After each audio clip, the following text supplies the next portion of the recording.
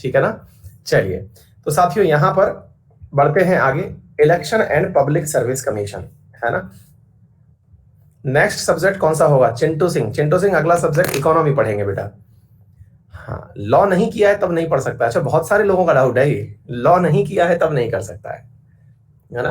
एक रजिस्टर्ड वकील होना चाहिए, रजिस्टर्ड वकील के साथ साथ उसके ऊपर केस नहीं होना चाहिए, वो किसी पर केस कर रहा हो, है ना।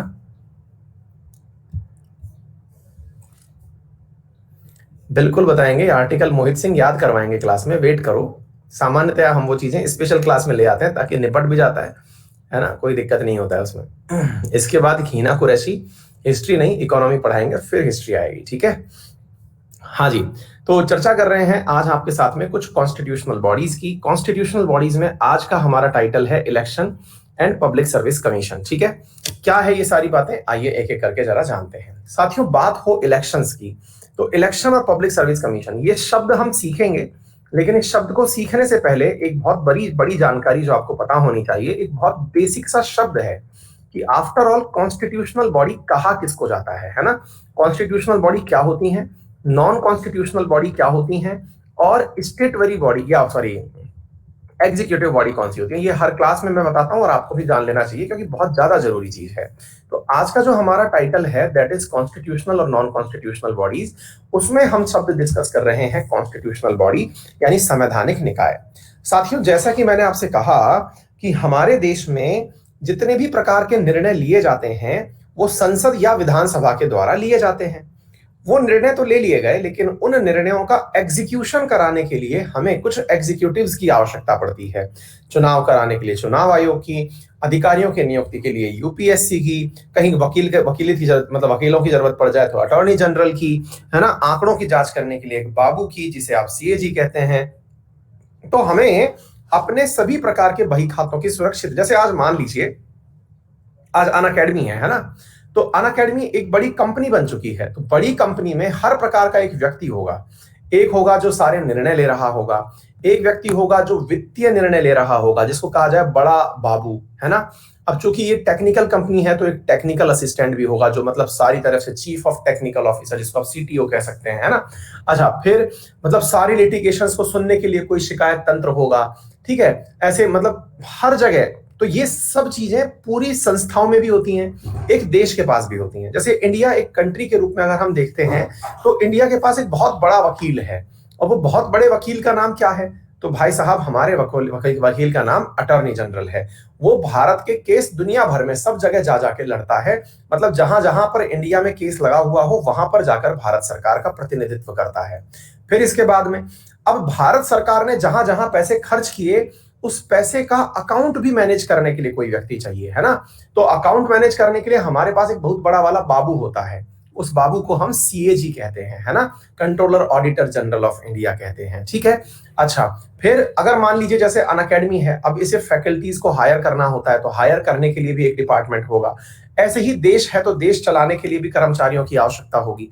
कर्मचारियों की आवश्यकता में फिर मतलब एक उच्च स्तरीय कर्मचारी, एक लेवल 2 के कर्मचारी, तो यहां पर कर्मचारियों की आवश्यकता के लिए यूपीएससी का निर्णय होगा। फिर जो निर्णायक बॉडी बैठी हुई है जो ये सारे निर्णय ले रही है उसको भी चुन करके, क्योंकि लोकतंत्र है तो लोकतंत्र है तो उसका भी चयन होगा, चयन होकर के उन लोगों का मतलब संसद में भेजना है या विधानसभा में, इसके लिए भी एक पूरी प्रोसेस होगी जो जनता करेगी। तो इस कार्य के लिए इलेक्शन कमीशन होगा, है ना। अगर मान लीजिए कि कोई निर्णय चुनी हुई सरकार ने गलत ले लिया तो इस निर्णय की जांच करने के लिए सुप्रीम कोर्ट होगा, हाई कोर्ट होगा जो निर्णय की जांच करेगा। हर जगह ऐसा होता है, चाहे कोई संस्था, बड़ी संस्था हो या कोई देश हो, कोई भी चीज हो, वहां पर साथियों, हाँ, वहां पर इसी प्रकार की सारी संस्थाएं उपस्थित होती हैं। उम्मीद है आपको ये बातें अच्छे से समझ में आ रही हों। यदि संविधान निर्माताओं ने संविधान बनाते समय ही इस प्रकार की जो संस्थाएं हैं उनकी जिक्र अपनी उस पुस्तक में, जिसे आप संविधान कहते हैं, उसमें बकायदा पॉइंट नंबर डाल के कर दिया हो, भाई पॉइंट नंबर दिस, यानी जैसे हम गिनती लिख रहे हैं 1 2 3 4 5 6, एक किताब है जिसमें लगभग 350 के आसपास पॉइंट है, महत्वपूर्ण बातें लिखी हुई हैं। मान लीजिए पॉइंट नंबर 3 में लिख दिया कि एक बहुत बड़ा बाबू होगा, मान लीजिए पॉइंट नंबर 4 में लिख दिया कि सुप्रीम कोर्ट होगी, पॉइंट नंबर 5 में लिख दिया कि हाई कोर्ट होगी, पॉइंट नंबर 6 में लिख दिया कि भाई एक मतलब संस्था होगी, यूपीएससी होगी। मान लीजिए ऐसे पॉइंट बना करके एक पुस्तक के अंदर नंबरिंग डाल करके अगर लिख दिया गया हो, वो किताब, उस किताब का नाम तो हो संविधान, उस किताब का नाम क्या हो, संविधान, यानी कॉन्स्टिट्यूशन, संविधान की किताब हो। उस किताब में ये बिंदुवार यानी पॉइंट वाइज चीजें लिख दी गई हो, इन पॉइंट्स को कहते हैं आर्टिकल। क्या कहा जाता है, आर्टिकल। और जो चीजें आर्टिकल के साथ साथ किताब में लिखी गई हैं, इन चीजों को या इन संस्थाओं को कहा जाता है संवैधानिक संस्था। क्या कहा जाता है, संवैधानिक संस्था। तो संवैधानिक संस्था क्या है, उम्मीद है आपको सवाल समझ में आ गया होगा। संवैधानिक संस्था और कुछ नहीं, उस किताब में लिखी हुई, यानी कॉन्स्टिट्यूशनल बॉडी क्या है, तो उस किताब में लिखे हुए लोगों की जानकारी है, जो संवैधानिक मतलब संविधान नामक हमारे पास पुस्तक है वहां पर लिखी हुई है। मतलब जिसका निर्माण संविधान के अंदर आर्टिकल के तहत दिया गया हो, वो सभी कॉन्स्टिट्यूशनल बॉडी कहलाती हैं। उदाहरण के लिए मैंने आपके सामने लिख करके दे दिया है। उम्मीद है आपको मेरी बात समझ में आ गई होगी। क्लियर, यहां तक कोई भी डाउट हो तो बताना भाई। सब क्लियर है, डन हो गया। अच्छा, अब साथियों दूसरी बात आती है, सर एक बात बताइए, कॉन्स्टिट्यूशनल तो समझ में आ गया, सर फिर एक और होता है नॉन कॉन्स्टिट्यूशनल, असंवैधानिक, है ना। हालांकि वो शब्द सही नहीं है, इसलिए एक शब्द यूज किया जाता है जिसका नाम है विधिक, क्योंकि असंवैधानिक शब्द सुनने में बहुत अजीब सा लगता है, मतलब वाहियात सा कि यार कोई संस्था नॉन कॉन्स्टिट्यूशनल कैसे हो सकती है, कहीं ना कहीं तो कोई कानून वानून बना दिया गया होगा ना। तो विधिक संस्थाओं के लिए एक शब्द यूज किया जाता है, दैट इज स्टेटुअरी। बहुत सारी किताबों में नॉन कॉन्स्टिट्यूशनल वर्ड लिखा हुआ है, लेकिन वो सही नहीं है ना। हाँ जी, अब शब्द आता है विधिक संस्था। विधिक बोले तो स्टेटुअरी संस्था। अब ये क्या होती है, अच्छा, अब विधिक संस्था का मतलब हुआ जब संविधान नामक किताब लिखी जा रही थी, उस समय जरूरत नहीं लगी कि इन बातों को पॉइंट वाइज लिखा जाए। उस समय जरूरत नहीं लगी कि इन बातों को पॉइंट वाइज लिखा जाए। उस समय की आवश्यकताओं के हिसाब से उस किताब में उनको लिखने की जरूरत प्रतीत नहीं हुई। लेकिन देश बड़ा होता चला गया, जरूरतें बढ़ती चली गई, जरूरतों के आधार पर नए नए अपॉइंटमेंट्स होने लगे। तो उन नए नए अपॉइंटमेंट्स को ध्यान में रखते हुए फिर एक नई संस्था प्रकाश में आई, और उस नई संस्था का नाम क्या है, जो नई संस्था बन करके आई, जो कि इन अपॉइंटमेंट्स को ध्यान में रख करके उस किताब में तो नहीं थी, लेकिन किताब के साथ साथ जो एडिशनल नोट्स बनाए गए थे उनमें उन किताबों को उन बातों को लिखा गया। अर्थात ऐसे संस्थान जिनके बारे में संविधान में तो नहीं लिखा हुआ है, लेकिन उनकी उपयोगिता संविधान में लिखी हुई चीजों के बराबर ही है, और उन्हें लिखने के लिए एडिशनल नोट्स बनाए गए। यूं समझिए कि संविधान तो एक किताब है जिसमें सारी जानकारियां लिखी हुई हैं, लेकिन कई बार ऐसा भी होता है कि किताब में लिखी हुई जानकारी के अतिरिक्त भी आपको करंट अफेयर्स पढ़ना पड़ता है कि दुनिया में और कुछ वर्तमान में क्या हुआ। तो वो जो करंट अफेयर्स नामक चीज है, जो किताब में तो नहीं है, अलग से आपने पन्नों में लिखा हुआ है, उस जानकारी को हम स्टेटुअरी कहते हैं, अर्थात विधिक संस्था कहते हैं। विधिक संस्था का सीधा अर्थ क्या हुआ, जिसके लिए कोई आर्टिकल ना हो, जो संवैधानिक पुस्तक के अंदर लिखी ना हो, लेकिन उसे बनाने के लिए संसद अधिकृत हो, संसद ने कानून के माध्यम से उसे बनाया हो, यानी उसकी इफेक्टिविटी तो बराबर है। मतलब यह है कि उसकी इफेक्टिविटी तो बराबर है। ये नहीं कह सकते आप कि ये संस्थान बड़ा है कि ये संस्थान, आप बस इतना कह सकते हो इसको बनाने के लिए संवैधानिक संशोधन की आवश्यकता पड़ी होगी, और इसको बनाने के लिए केवल संसद के द्वारा एक बिल पास करना पड़ा होगा, है ना। तो उस समय, अब आप इस बात को भी समझ लीजिए, संविधान का निर्माण भी एक संसद ने ही किया है, लेकिन वो संसद चूंकि स्वतंत्र भारत से पहले वाली थी, इसलिए उसे संसद ना बोल करके संविधान सभा बोलते हैं। वो भी संसद जैसी ही थी, वो भी निर्वाचित होकर गई थी, इनडायरेक्टली इलेक्टेड थी, लेकिन थी तो भारत का प्रतिनिधित्व करने के लिए ही ना। उस समय की एक प्रकार की संसद समझिए, जिसने संविधान का निर्माण किया था। वर्तमान में जो संसद है, ये भी तो कानून बनाती है। ये कानून हालांकि आर्टिकल वाइज लिखे नहीं गए हैं, लेकिन फिर भी इन्हें क्या कहा गया है, स्टेटवरी कहा गया है। उम्मीद है आपको विधिक शब्द का मतलब समझ में आ गया हो। जैसे जैसे मानव अधिकार आयोग, एक्ट 1992 के थ्रू बनाया गया। जैसे ये ह्यूमन राइट कमीशन हो गया, है ना।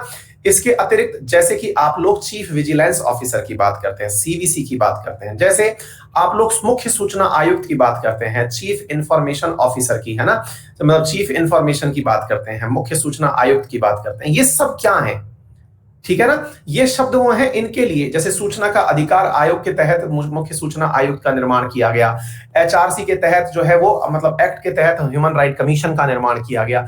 ये सब संस्थाएं कैसी हैं, स्टेट वेरी हैं। क्या आपको इतनी बात समझ में आ गया। कुछ बच्चे प्रीतम गुप्ता लिख रहे हैं नीति आयोग, कुछ बच्चे नीति आयोग लिख रहे हैं, सचिन वगैरह सब नीति आयोग। हाँ, तो नीति आयोग क्या है अब मैं आपको वो बता देता हूं, ठीक है ना। अब साथियों अब हम चर्चा करते हैं नीति आयोग क्या है। तो साथियों दो प्रकार की संस्थाएं सीख ली हमने, कॉन्स्टिट्यूशनल, दूसरी सीख ली स्टेटरी। अब तीसरी चीज सीख रहे हैं, उसका नाम है नीति आयोग, और वो क्या है, वो है साथियों एग्जीक्यूटिव बॉडी। क्या है, एग्जीक्यूटिव। एग्जीक्यूटिव की हिंदी होती है कार्यकारी संस्था। ये क्या होती है, ऐसी संस्थाएं जिन्हें निर्माण करने के लिए केवल आदेश की आवश्यकता पड़ी। जो सत्तारूढ़ पार्टी है उसने आदेश के माध्यम से केवल एक ऑर्डर पास किया और इसका निर्माण कर दिया। अर्थात ना तो उसके बारे के अंदर कहीं पर क्या लिखा हुआ है, कोई आर्टिकल लिखा हुआ है, ना ही उसके लिए कोई कानून बना है, और उसको केवल सरकार के आदेश के द्वारा बना दिया जाए तो उसे क्या कहते हैं, एग्जीक्यूटिव बॉडी कहते हैं। सरकार में आदेश कौन देता है, ऑब्वियस सी बात है प्रेसिडेंट ऑर्डर देता है, लेकिन प्रेसिडेंट को ऑर्डर को मतलब प्रेसिडेंट को सलाह कौन देता है, council of minister headed by PM. एक प्रकार से सरकारी आदेश से जिसका निर्माण हुआ हो, ठीक है बेटा। तो उदाहरण के रूप में नीति आयोग। उम्मीद है आप लोगों को यह बात अच्छे से समझ में आ गई होगी। यहां तक किसी को कहीं भी दिक्कत हो तो बताएं, है ना। तो हमने तीन प्रकार की चीजें सीख ली, ठीक है। उम्मीद है आपको बात समझ में आ गई होगी। अब बहुत सारी संस्थाएं विभिन्न प्रकार की हैं, आपको मेजर जो संस्थाएं पढ़नी है, क्योंकि भारत में तो संस्थाएं हैं। सेबी है, वो एक्ट के माध्यम से बनी है, कुछ याद रह जाएंगी, कुछ याद नहीं रहेंगी, है ना। तो मतलब आपको हर चीज के बारे में रिसर्च नहीं करनी है, आइदर वो करंट में आ रखी हो तो पढ़ना है। इसलिए सबसे ज्यादा महत्वपूर्ण होती हैं संवैधानिक संस्थाएं, ठीक है ना, संवैधानिक संस्थाएं जो हैं वो सबसे ज्यादा महत्वपूर्ण होती हैं। आज के सेशन में हम चर्चा उन्हीं के बारे में आज कर रहे हैं। तो आज की चर्चा में सबसे पहले हम बात कर रहे हैं चुनाव आयोग की। साथियों चुनाव आयोग के बारे में आपको दो बातें महत्वपूर्ण रूप से याद रखनी है। पहली बात, ये संविधान के अंदर कहां लिखा हुआ है, तो संविधान में इसके लिए आर्टिकल 324 से 329 तक लिखा हुआ है। पार्ट 15 के अंदर इसके बारे में जानकारी मेंशन की हुई है, ठीक है ना। तो उम्मीद है, हाँ भाई स्लाइड देख लो, कुछ विद्यार्थी कह रहे हैं सर स्लाइड नहीं दिख रही थी, तो अब स्लाइड दिख गया। हाँ भाई एक कमेंट मैंने भी देखा था जिसमें उस विद्यार्थी ने लिखा हुआ था कि स्लाइड तो ब्लैंक है सर, डाउनलोड क्या करेंगे, हैं।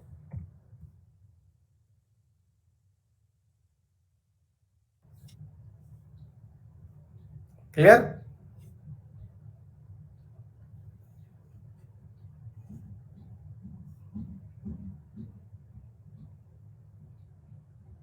एक मिनट होल्ड करना। हाँ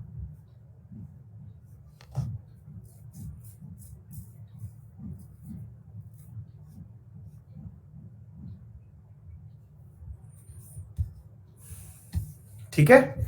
हाँ जी, एक विद्यार्थी पूछ रहे हैं प्रिंस कि आर्टिकल और एक्ट खत्म करने के लिए क्या करना पड़ता है। बेटा संवैधानिक संशोधन करना पड़ता है, एक्ट के लिए एक और एक्ट लाना पड़ता है। संवैधानिक संशोधन करेंगे या बिल में संशोधन करेंगे। सुरेश गोरखा पूछ रहे हैं कुलभूषण जाधव के केस में हरीश साल्वे जी क्यों डिफेंड किए। सरकार की मर्जी है, सरकार की मर्जी है कि हमारे यहां पर वकीलों की अगर कमी पड़ जाए तो सरकार किसी और वकील को हायर कर सकती है, इसमें कोई लॉजिक थोड़ी।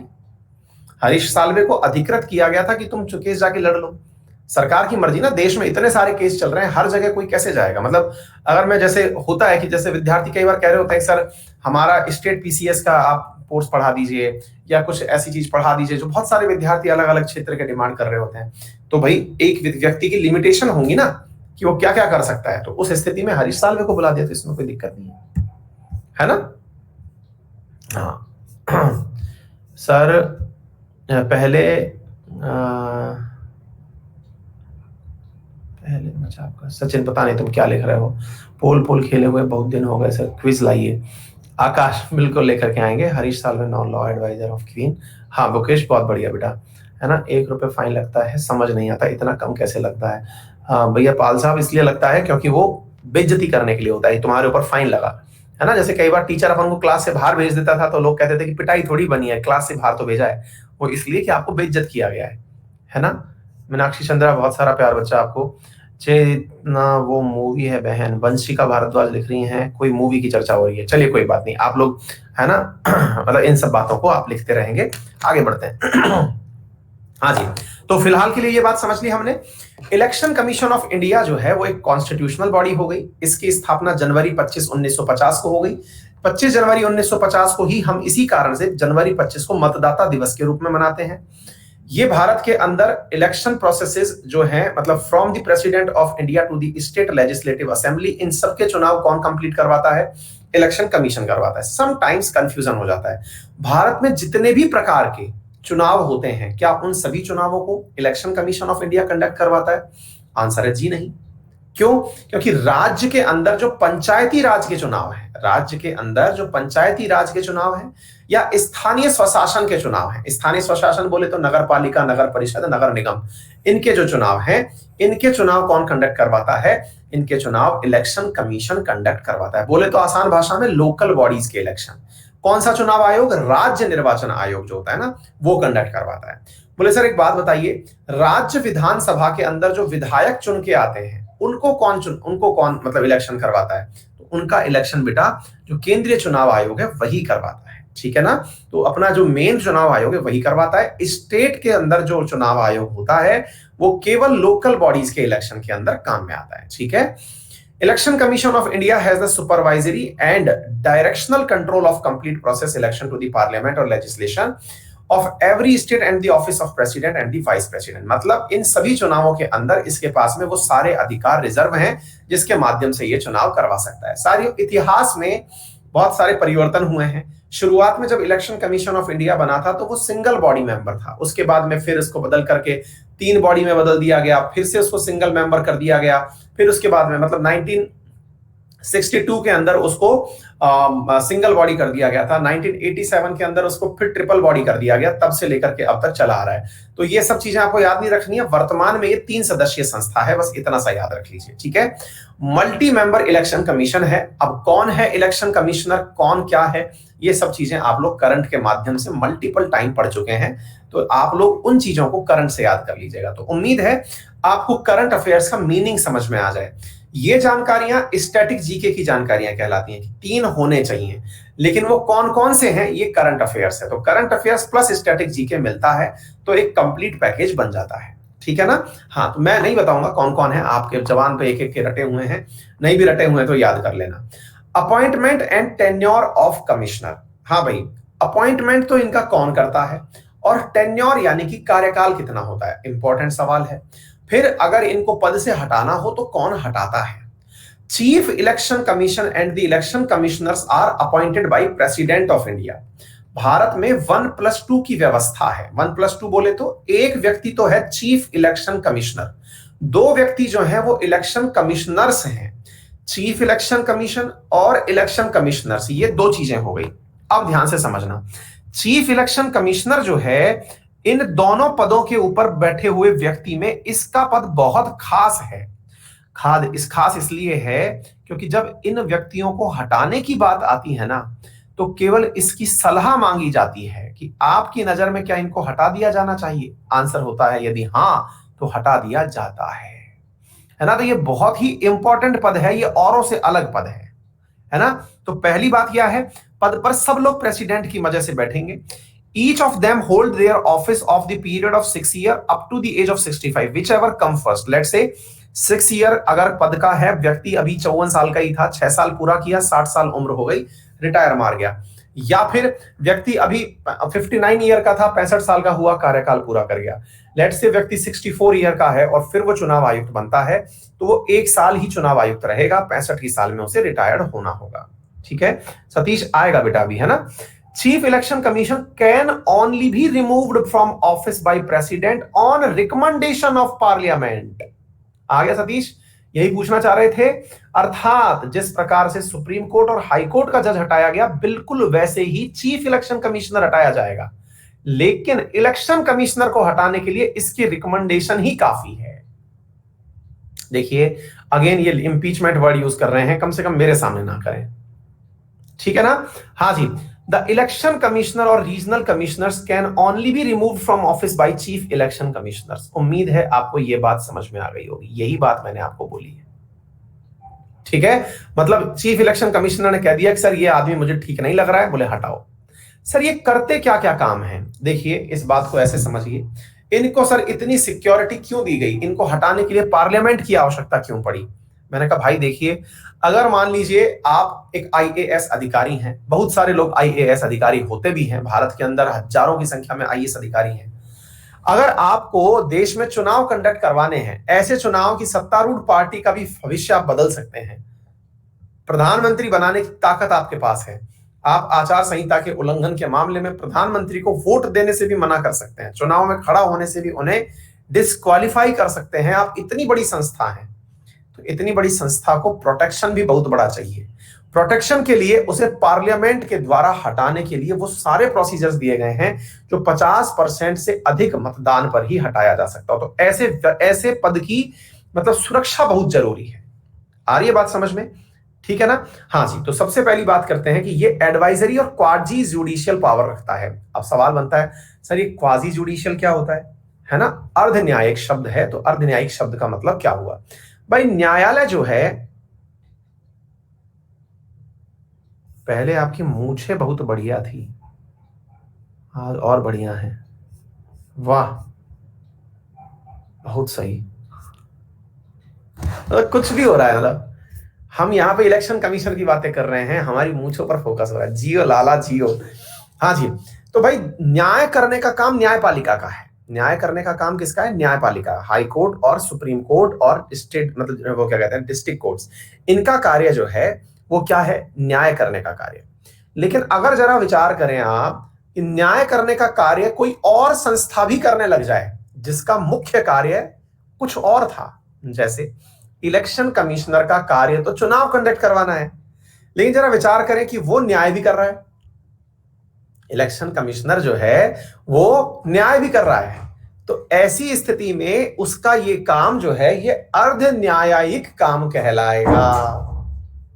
बोलिए इतनी बात समझ में आ गई, बताएं भाई। अगर मान लीजिए किसी को चुनाव लड़ने से उसने डिस्क्वालीफाई कर दिया, तो भाई डिस्क्वालीफाई किसी ना किसी ग्राउंड पे तो किया होगा ना, कि भाई तुमने इस प्रकार से breach of code of conduct किया है, तुमने आचार संहिता का उल्लंघन किया है, इसलिए मैं तुम्हें चुनाव देने से रोक रहा हूं। भाई टेक्निकली तो आपको अपने द्वारा रिकमेंडेशन न्यायालय को देनी चाहिए थी, लेकिन आपने खुद न्यायालय की तरह बिहेव करते हुए सामने वाले व्यक्ति को चुनाव लड़ने से रोक दिया। दैट मीन्स आपने उसके द्वारा किए गए कार्य पर सजा भी सुना दी। भाई उसने गुनाह किया, गुनाह ये कि उसने आदर्श आचार संहिता का उल्लंघन किया, लेकिन आपने भी तो क्या किया, उसके तुरंत उसके ऊपर सजा सुना दी। दैट मीन्स आपने न्यायालय की भूमिका निभाई, और न्यायालय की भूमिका निभाने वालों को क्या कहा जाता है, उम्मीद है आपको समझ में आ गया होगा, क्वाजी जुडिशियल पावर कहा जाता है। बोले सर क्वाजी जुडिशियल पावर और किसके पास होती है, मतलब समझ में आ गया ना, आप सभी को शब्द समझ में आ गया, वर्ड मीनिंग समझ में आ गई।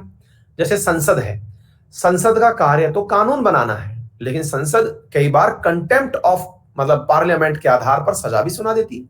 जैसे संसद के अंदर अधिकार है कि अगर कोई पत्रकार संसद की कार्यवाही पर कोई टिप्पणी कर रहा है उसको सजा सुना दे, अगर कोई व्यक्ति संसद के अंदर कोई मतलब हस्तक्षेप करे उसको सजा सुना दे, संसद की बात की अवहेलना करे संसद उसको सजा सुना दे।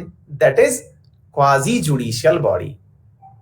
आ गई बात समझ में, आ गई बात समझ में बेटा, ठीक है ना। अच्छा, अब एक विद्यार्थी ने कहा जॉली एलएलबी के अंदर, बेटा जॉली एलएलबी में तो कोर्ट ने सजा सुनाई, वो तो उसका काम है, कोर्ट ने सजा सुनाई वो तो उसका खुद का काम है बेटा, कोर्ट का काम तो सजा सुनाना ही है ना।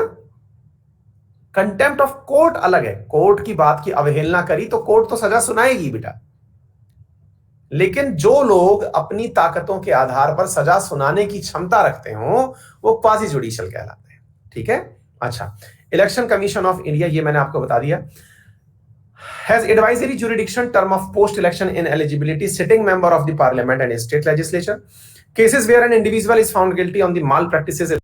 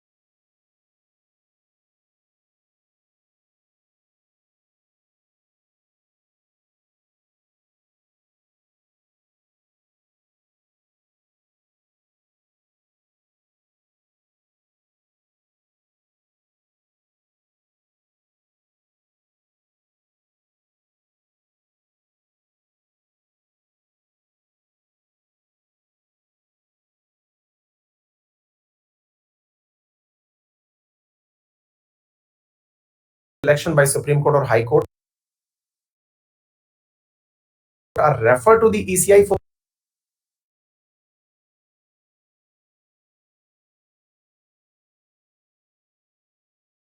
for its opinion of the said person's disqualification. Let's say मान लीजिए कि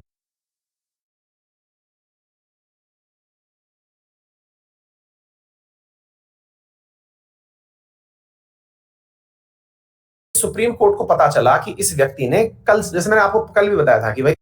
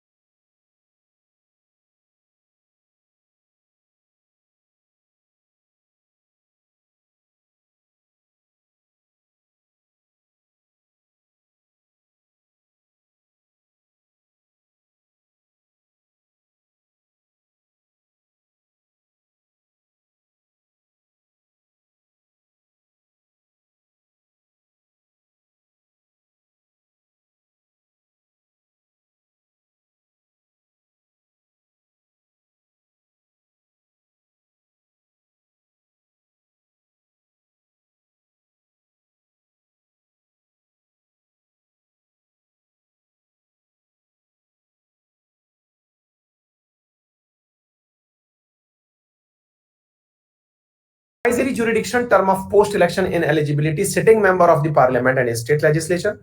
Cases where an individual is found guilty on the malpractices election by Supreme Court or High Court are referred to the ECI for its opinion of the said person's disqualification. Let's say मान लीजिए कि supreme court को पता चला कि इस व्यक्ति ने कल, जैसे मैंने आपको कल भी बताया था कि भाई किसी व्यक्ति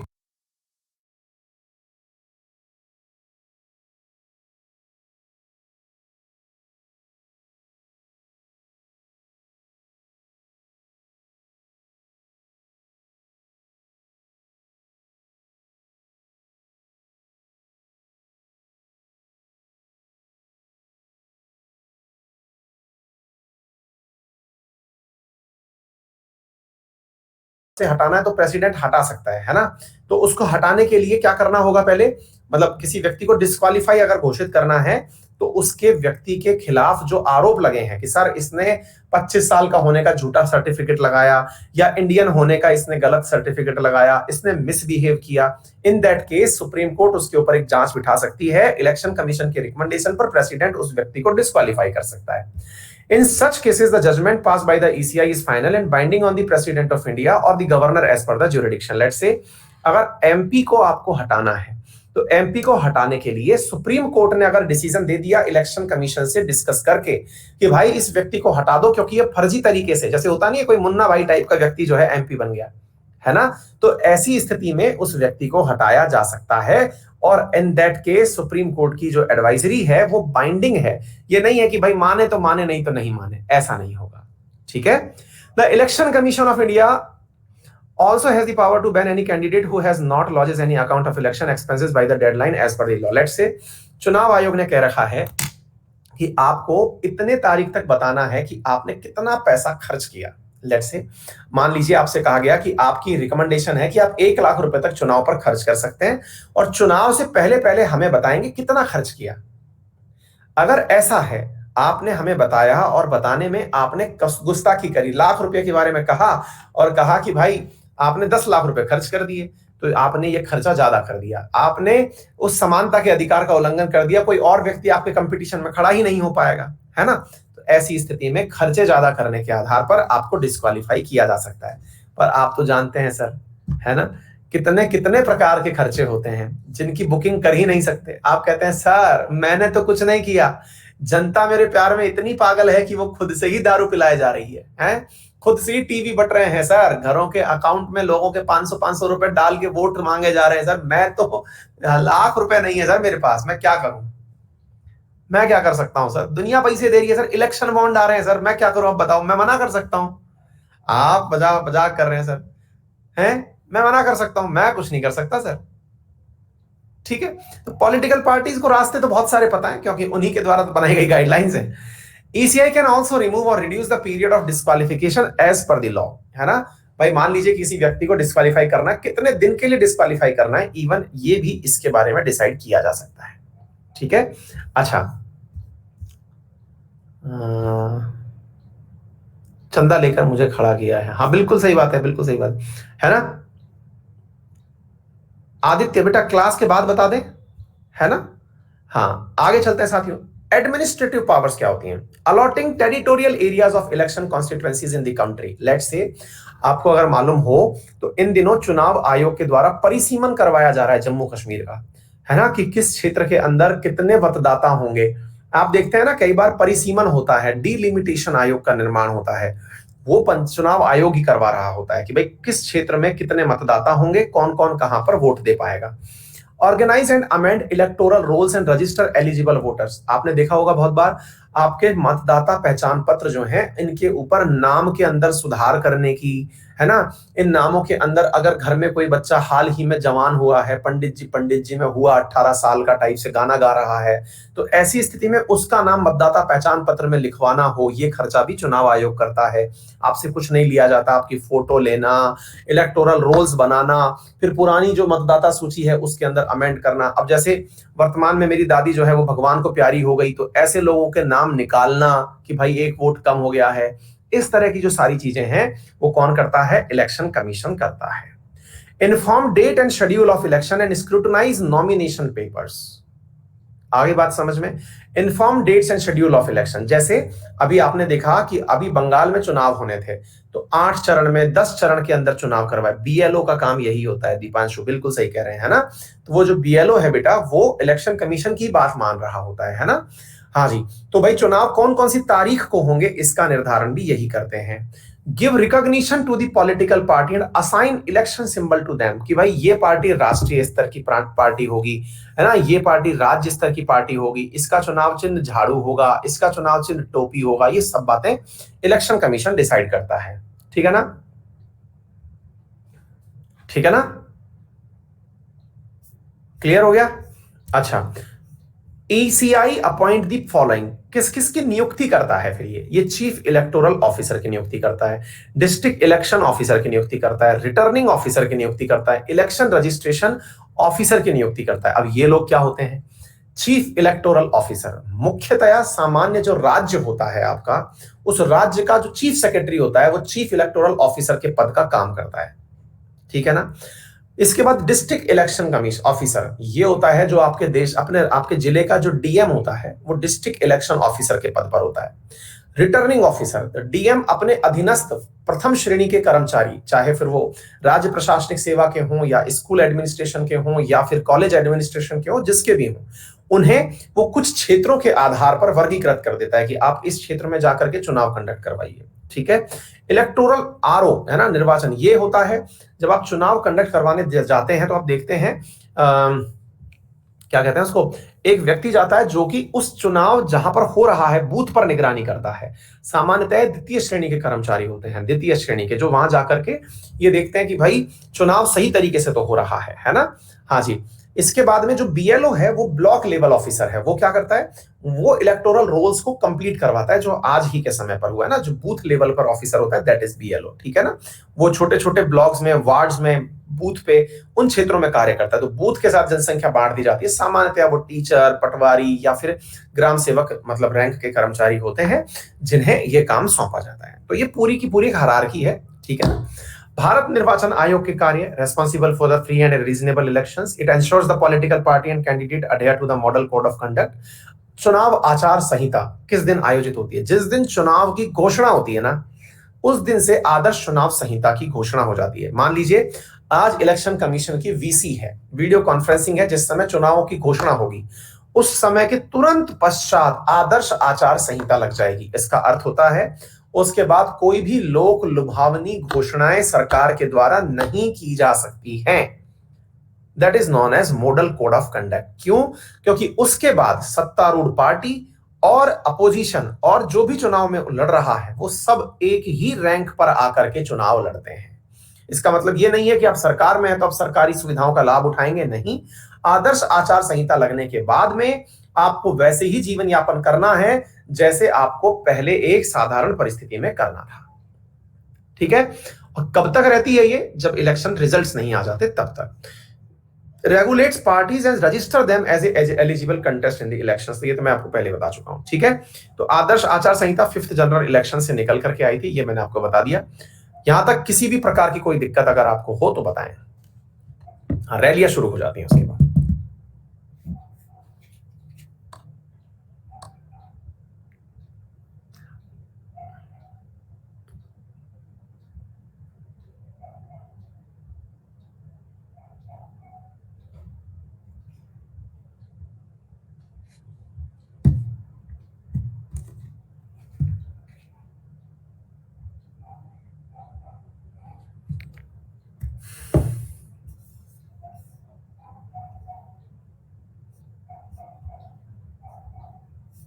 क्लियर?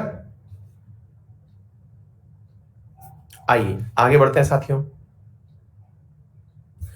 लोक सेवा आयोग। लोक सेवा आयोग के अंदर क्या होता है?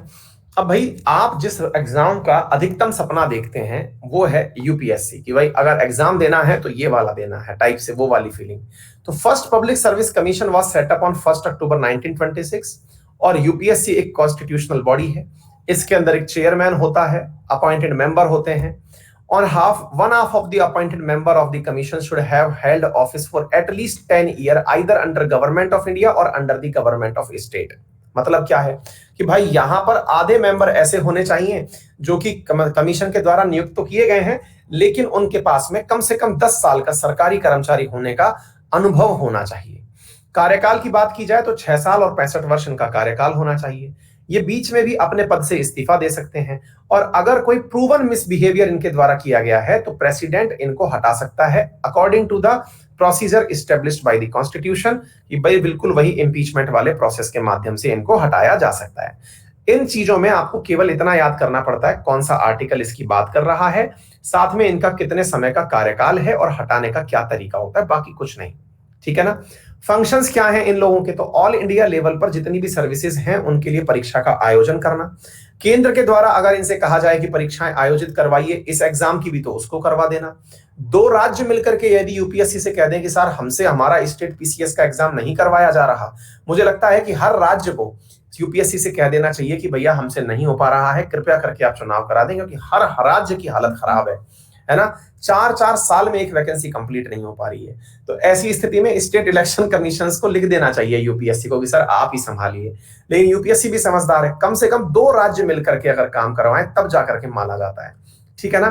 तो ये हो गया ड्यूटीज एंड फंक्शंस। इसके अलावा राज्य की मतलब मान लीजिएगा कि अगर केंद्र को लगता है कि भाई किसी व्यक्ति को स्टेट कर्मचारी से प्रमोट करके इस केंद्रीय लेवल तक लेके आना है, जैसे आप देखते होंगे कई स्टेट पीसीएस ऑफिसर्स होते हैं जो प्रमोट होकर के आईएएस और आईपीएस बन जाते हैं, तो उनका प्रमोशन के लिए यूपीएससी ही इंटरव्यू कंडक्ट करवाती है। मतलब सरल भाषा में ये कहें तो जो मतलब प्रथम श्रेणी के कर्मचारी हैं जिन्हें केंद्र चाहता है कि नियुक्ति दी जाए, उन्हें यूपीएससी के द्वारा ही रास्ते में लाया जाता है, ठीक है। सेम आर्टिकल जो यूपीएससी के लिए है वही सेम आर्टिकल स्टेट पीएससी के लिए भी होता है। जो काम वो राज्य में कर रहे हैं, जो केंद्र में कर रहे हैं, वही सब काम राज्य के अंदर किए जा रहे हैं। यहां पर जो कार्यकाल होता है वो 6 साल और 62 वर्ष का होता है, ठीक है ना। तो यहां पर 6 साल और 62 वर्ष का कार्यकाल होता है। ऐसी स्थिति में एक चीज और ऐड होती है जिसे आप और याद रख सकते हैं, और वो ये है कि अगर कोई कर्मचारी आपको ऐसा नजर आ रहा है या फिर कोई व्यक्ति जिसने पद से इस्तीफा दिया और पद से इस्तीफा नहीं दे रहा था और आप उसे हटाना चाह रहे हैं, तो उसे केंद्र की मदद से ही हटाया जा सकता है। यानी कि मतलब जो पार्लियामेंट है उसके अंदर ही उसके खिलाफ प्रस्ताव ला करके और उसे वहां से बिल्कुल उसी प्रोसीजर से, जैसे सुप्रीम कोर्ट के जज को हटाया गया, हाई कोर्ट के जज को हटाया गया, वैसे ही इन्हें भी हटाया जा सकता है, ठीक है ना। इनका काम भी बिल्कुल जैसे केंद्र स्तर पर यूपीएससी का होता है, ऐसे राज्य स्तर पर इनका कार्य होता है। सिंपल सी बात है। यहां तक किसी भी प्रकार को कोई भी दिक्कत अगर आपको हो रही हो तो मुझे बता सकते हैं, ठीक है ना। बस इतना ही याद करना है, इनके बारे में ज्यादा रिसर्च करने की आवश्यकता नहीं है, ठीक है। फाइनेंस कमीशन आर्टिकल 280 के तहत फाइनेंस कमीशन के निर्माण किया जाता है। एन के सिंह समिति वर्तमान में फाइनेंस कमीशन की 15वें फाइनेंस कमीशन की रिकमेंडेशन चल रही है। आर्टिकल 280 के तहत इसका निर्माण राष्ट्रपति के द्वारा 5 साल के लिए किया जाता है। ऐसी स्थिति में चूंकि इसके लिए आर्टिकल लिखा हुआ है, इसलिए फाइनेंस कमीशन भी एक संवैधानिक संस्था है। अनुसूचित जनजातियों और जातियों के लिए आयोग आर्टिकल 338 में लिखा हुआ है, दैट मींस ये एक संवैधानिक संस्था है, ठीक है। ये कब बना था? इसको साथियों पहले बनाया 1987 में गया था। ये इसके बारे में फैक्चुअल डेटा चीजें हैं। देखिए, अब मेरा एक छोटा सा निवेदन है, मैं इन सब बातों को पढ़ पढ़ के अगर सुनाऊंगा तो उसका कोई लॉजिक नहीं निकलेगा। तो जो समझने वाली बातें हैं ना, मैं उन पर फोकस करूंगा। आपको मैंने यहां पर कुछ तथ्यात्मक जानकारी दे दी है, किसकी नियुक्ति कौन से आर्टिकल के तहत हुई, इन्हें आप ही पढ़िएगा। यहां पर कुछ भी समझाने जैसा नहीं है। अगर समझाने जैसा होगा तो निश्चित ही मैं आपकी मदद कर पाऊंगा, ठीक है। ये तथ्यात्मक जानकारी है, इसमें रट्टालॉजी आप लगाएंगे, पढ़ेंगे आप। मेरा काम समझाना है। जैसे कल मैं आपको समझाऊंगा, आपको समझाना है मुझे जो कॉन्स्टिट्यूशनल अमेंडमेंट की प्रक्रिया है और इमरजेंसी प्रोविजंस, ठीक है ना। तो कल के हमारे कंटेंट में कॉन्स्टिट्यूशनल अमेंडमेंट और इमरजेंसी प्रोविजंस पढ़ाने हैं, ठीक है। तो उम्मीद है आप लोग जो है वो इस काम को करके आएंगे, ठीक है। कोई दिक्कत?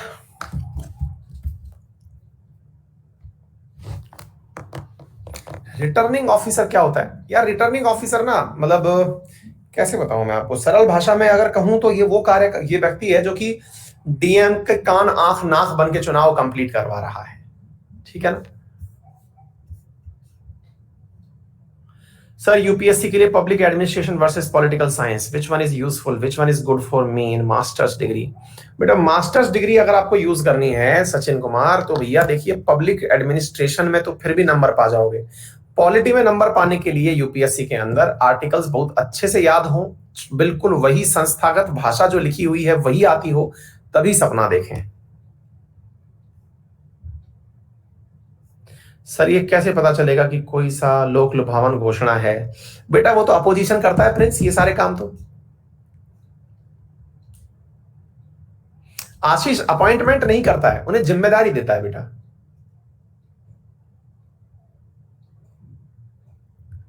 कौन से इलेक्शन कंप्लीट करवाता है? बेटा अभिषेक, पंचायत से ऊपर के सारे चुनाव, लोकल बॉडी से ऊपर के सारे चुनाव।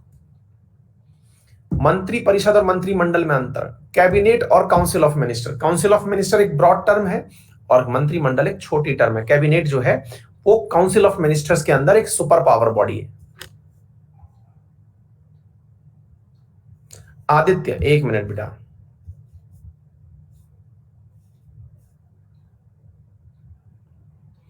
राम बाबू धन्यवाद। रावण बता दिया। A4 कब मिलेगा? लास्ट में। विवेक बिल्कुल कहा था। आप जाना चाहते हो क्या?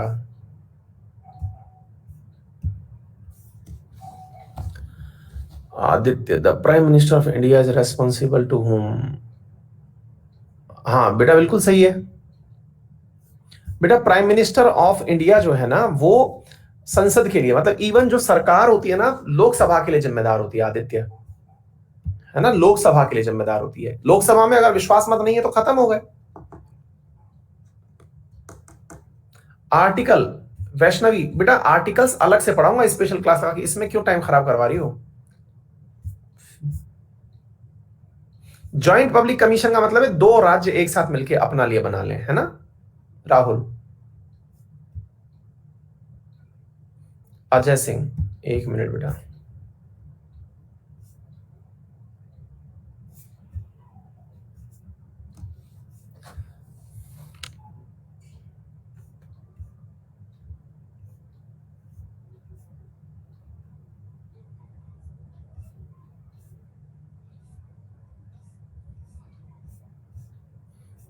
अच्छा दिख नहीं रहा भाई आपका कमेंट यार।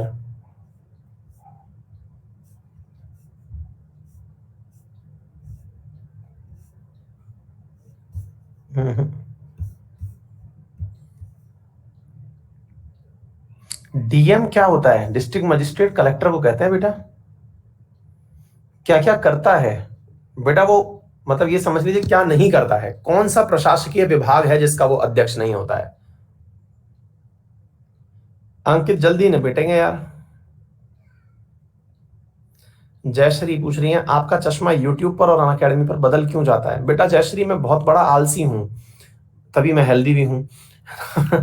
मेरे इस लैपटॉप के बगल में यही रखा हुआ है और उस लैपटॉप के बगल में वो रखा हुआ है। दोनों में कौन मतलब वो इंटरफेयर करे, तो वो अलग अलग जगह पर अलग अलग सेट कर दिया है, नहीं मैं भूल जाता हूँ कई बार।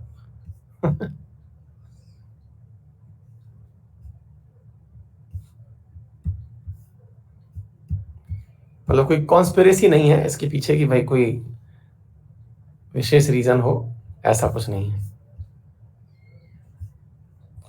अमित कुमार जायसवाल,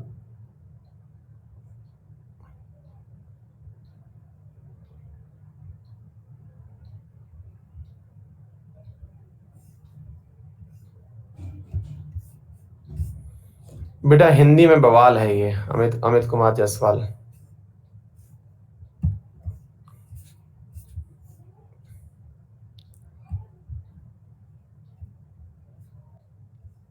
तो मैं बिना चश्मा लगा इकोनॉमिक एंड सस्टेनेबल डेवलपमेंट जाएगा ना। ये जो है ना जीएसपी प्लस देखा था आरएनए के अंदर, वो रिफॉर्म्स ही कहलाते हैं, है ना। और चौथा नंबर पॉइंट है ना रोशन, वो बेटा करंट अफेयर है ना। इकोनॉमी में असल में कई बार ये पहचान में नहीं आता कि करंट अफेयर कहां लिखा हुआ है। ठीक है, चलिए फिलहाल के लिए इतना ही, इसके बाद फिर इकोनॉमी शुरू करेंगे कल बहुत महत्वपूर्ण टाइटल्स के बाद में। ठीक है, थैंक यू।